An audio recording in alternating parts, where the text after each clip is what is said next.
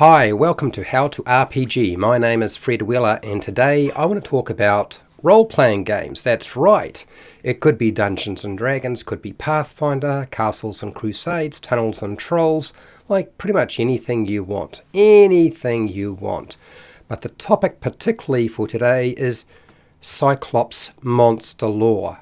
For those of you who were hoping I would finally talk about monsters and Cyclops lore, that's exactly what I'm going to do today. So, Cyclops means round eye. The Cyclops is a single-eyed giant that lives in a wide variety or range of communities, including a solitary environment, but that's not always the case. There is no typical Cyclops weight or height, but they are always considered giant size. Cyclops normally wear clothes appropriate to their activities and the level of civilization that they have. The stereotype of the Cyclops dressing in sort of ragged animal hide and sandals only applies to the primitive Cyclops, not the more advanced Cyclops. The cannibalistic nature or man-eating activities of the Cyclops is famous in ancient Greek mythology, but this only reflects a particularly narrow aspect of their behaviour and culture. It doesn't apply to every single one of them. Now, when it comes to the biology of the Cyclops, you'll find there's very little outside of what you see, so I've got a little bit of information for you. The Cyclops skull and bones are usually quite dense, or unusually dense in fact. They have a fast renewing bone marrow that actually makes their bones difficult to fracture because the bone marrow feeds the actual bone, renewing it, and so as the bone becomes more fragile and brittle, as it ages, it's replaced by new bone. The heart of your Cyclops is immensely powerful with a thick muscular wall that beats really slowly, and it grows larger as it ages. So instead of getting weaker as it ages, it actually gets stronger as it ages. So it's not just a process of the Cyclops growing from being a child up to full adulthood. The actual organs within its body actually get stronger, particularly the heart, which is important. Because the Cyclops have only one round eye, they struggle to track movement and judge distance. It's very difficult for them to do that.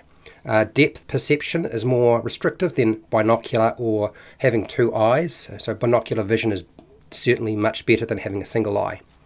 A Cyclops' skin colour varies from dark brown to a light yellow based on exposure to the sun and the clan's origin that they come from. Normally, creatures of large size place more stress on their internal organs, and as a result of this, usually larger creatures have a shorter lifespan and die sooner than smaller animals. But the Cyclops has a perfectly balanced body weight ratio to organ ratio, and as a result of that, it doesn't degrade like other large creatures.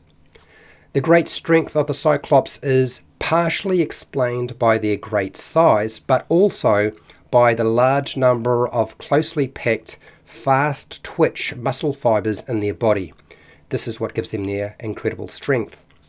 The cell structure of a Cyclops constantly renews itself, and this is because their genetics actually repair their own DNA as they age, and they suppress cancer, and they have a faster immune response than other creatures.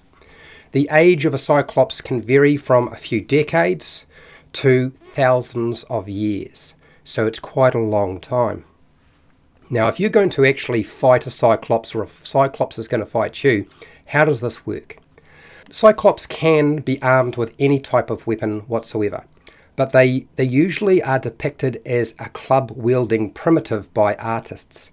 This is not the norm. This is just what people assume is actually going to wind up happening when you face a Cyclops. Because a lot of the time when they face Cyclops, it's going to be primitives rather than the more advanced ones, primarily because those are the only stories that seem to survive.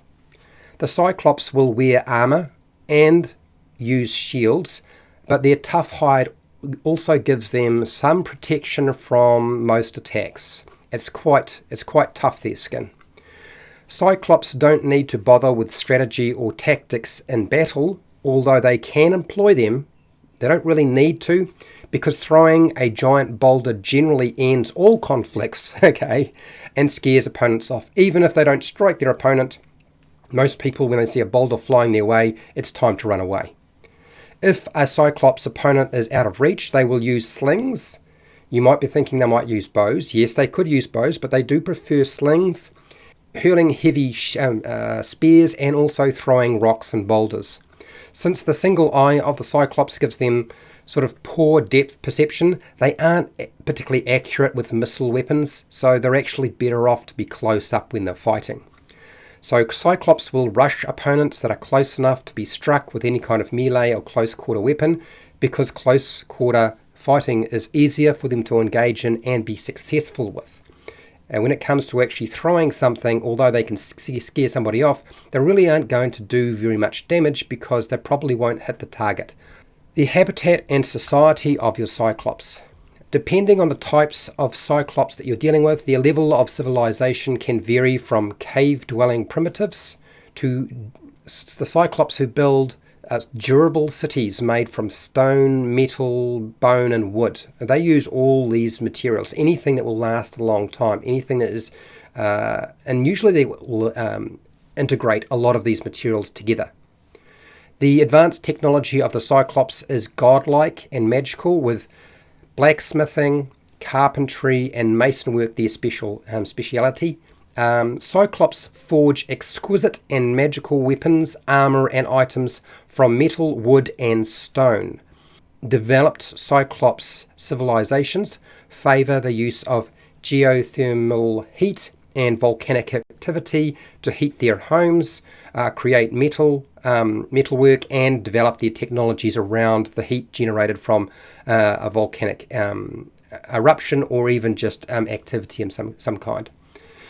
If left alone, the Cyclops tend to leave armed groups alone, though they are not above attacking a much weaker force if they stumble across one and there's some sort of advantage to them. But as a general rule, unless you're dealing with a primitive Cyclops, they're usually not going to attack you. Captives of the primitive Cyclops are either enslaved or eaten generally.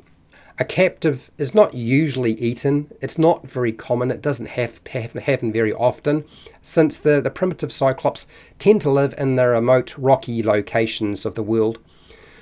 Being poor hunters, just because of their poor eyesight, most Cyclops clans, they keep small herds of goats and sheep to feed them. Some Cyclops clans are nomadic, while others will stay put in their settlements, or their cities, or even their caves. Each spring, your regional Cyclops clans meet to exchange goods, slaves, and to select a mate. On rare occasions, a charismatic Cyclops will arise, bring together several clans to form an empire, or either a wandering tribe. It depends on the type of Cyclops you're dealing with. The largest known tribes number around 80 Cyclops, but that is just the single tribe. When they are brought together into a larger empire or wandering tribe, they can get much larger than that. All group decisions are made by the strongest and toughest Cyclops in the group, usually through intimidation. Cyclops conflicts lead to brawls and fistfights generally. There is no rules in a Cyclops fight, and they can lead to permanent injuries or death for the loser. Cyclops are often hired or enlisted to build massive or grand fortified walls, castles, statues, buildings, pyramids, and other structures. And that's by other races and species, because they're very good at doing that sort of thing. They are master craftsmen at the top of their game. The ecology of the Cyclops. Cyclops can sustain themselves on almost any animal or plant diet, as they have a cast iron stomach. The Cyclops enjoy any and all meat, preferring it above vegetables and fruit. While the Cyclops can live off the land, they really need to because most clans breed livestock or they actually farm vegetables. Uneducated humanoids believe the Cyclops have absolutely no sanitary practices and rarely even cook their meals, and this is in fact not true. The Cyclops are considered to be one of the easiest giants of their type, out of the giant types of their size to track, because they bump into obstacles and terrain due to their poor vision, and so they leave a lot of signs, broken branches, leaves, scuffed marks everywhere, so it tends to be easy to track these Cyclops.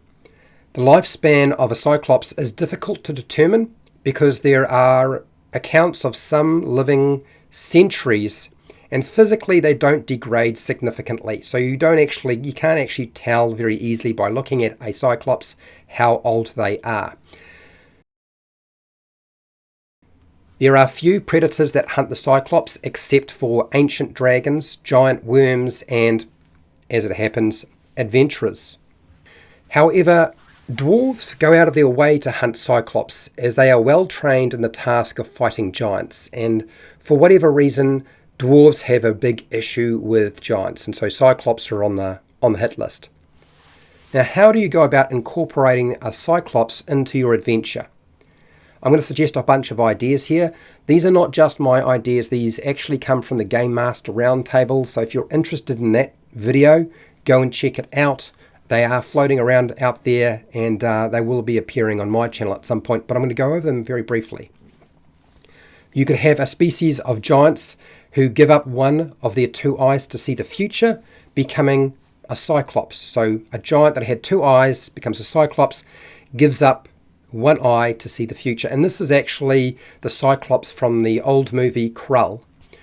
Cyclops farmers growing extra large vegetables for giants and the locals. You could make that as I know a farming Cyclops might not be the most exciting thing, but I'm putting it out there. A Cyclops that is jealous of humanoids with two eyes requests like a gnome tinkerer or some sort of tinkerer to make them a periscope eye lens that looks like they have two eyes, so that they can put this on and it sort of takes their one eye and puts another eye off to the side, so they appear to have two eyes, but in fact they only have one eye. You could also have a dwarf tinkerer make some sort of wrap-around sunglasses for a Cyclops to hide their single eye and kind of make them look cool and protect their eye from the rays from the sun. You could have a Cyclops with poor vision that constantly has to quest for extremely large monocle eyepieces to correct their vision, or just large pieces of glass. You could have a coven of three giant Cyclops witches who share a single eye between them, performing duties as oracles, foretelling the future, of course, and casting powerful spells. And you may recognize where this idea has come from. Yes, it's most certainly regarding Perseus, the witches, and Greek mythology. Okay, you could have a tyrannical Cyclops with a cybernetic eyeball or monocle. I think a cybernetic eyeball would be more fun. That has different functions, giving it anti-magic cones, or an energy beam, a slowing time beam, or ray, some sort of frightening ray, kind of like the Beholder or Eye Tyrant, disintegration rays, telekinesis rays, paralyzing rays, sleep rays, petrification. You could have a telescope function. You could have X-ray vision, infrared vision, which is heat vision, and maybe a kaleidoscope for those of you who like the idea of going 60s or 50s. You could also have a Cyclops that rips out their eye, and a new chaotic powerful eye regenerates very quickly in its place, giving it different abilities or powers.